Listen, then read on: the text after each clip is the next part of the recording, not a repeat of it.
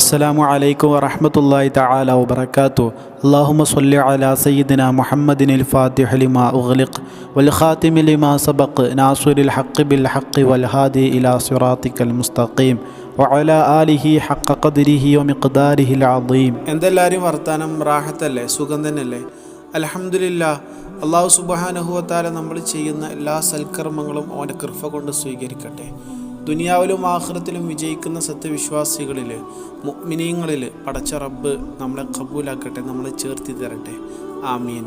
ഇൻഷാ അല്ലാഹ് ഈ ഒരു വീഡിയോയിലൂടെ നിങ്ങളുമായിട്ട് ഷെയർ ചെയ്യുന്നത് അറഫ രാവ്, അറഫ ദിവസം വളരെ പ്രധാനപ്പെട്ടതാണല്ലേ.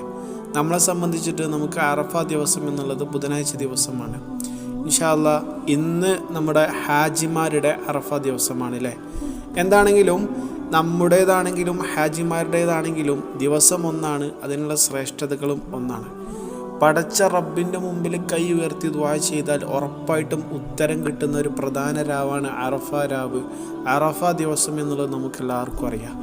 ഇൻഷാ അല്ലാഹ് ഈ ഒരു വീഡിയോയിലൂടെ നമ്മൾ പ്രധാനമായിട്ട് ഈ ഒരു അറഫ രാവിലെ ചെയ്യേണ്ട 2 കർമ്മങ്ങളാണ് പറയാൻ പോകുന്നത്. ഈ 2 കർമ്മങ്ങൾ ചെയ്താലും നമ്മളിപ്പോൾ അനുഭവിച്ചുകൊണ്ടിരിക്കുന്ന ഒരുപാട് പ്രശ്നങ്ങൾക്കുള്ള പരിഹാരം ലഭിക്കും. അതുപോലെ നമ്മുടെയൊക്കെ വളരെ പ്രധാനപ്പെട്ട ഒരു ഉദ്ദേശമാണ് ജീവിതത്തിൽ ഒരിക്കലെങ്കിലും മഖബൂലും മബ്റൂറുമായിട്ടുള്ള ഹജ്ജും ഉംറയും ചെയ്യണം എന്നുള്ളത് നമ്മുടെയൊക്കെ വലിയൊരാഗ്രഹമാണ് അല്ലേ.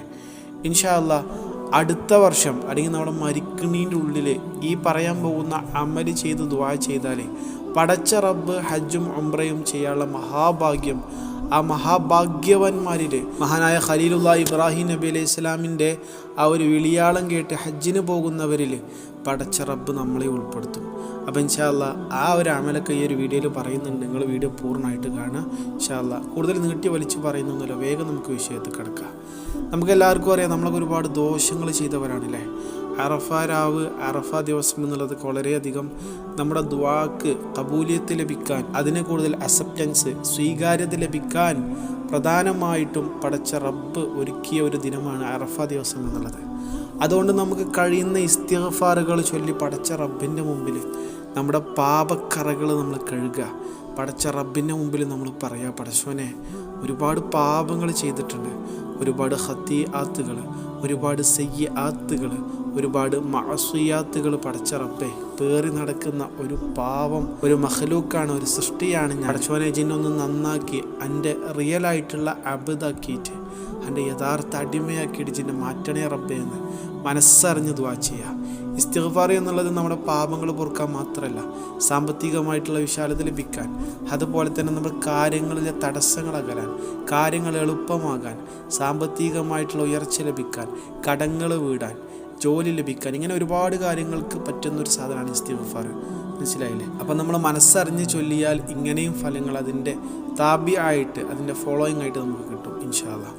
അതുപോലെ നേരത്തെ സൂചിപ്പിച്ചതുപോലെ നമുക്കും ഹജ്ജും ഉംറയും ചെയ്യാന്നുള്ളത് വലിയൊരാഗ്രഹമാണ് അല്ലേ.